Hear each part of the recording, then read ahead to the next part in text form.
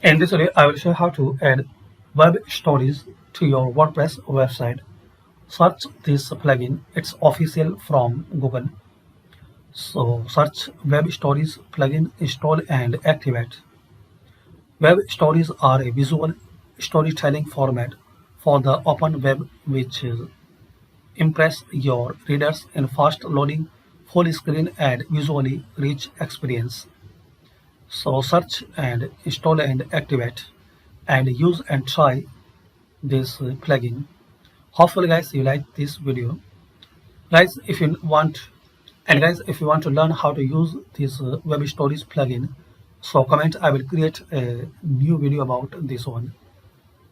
So thanks for watching. Please share, like and subscribe this channel.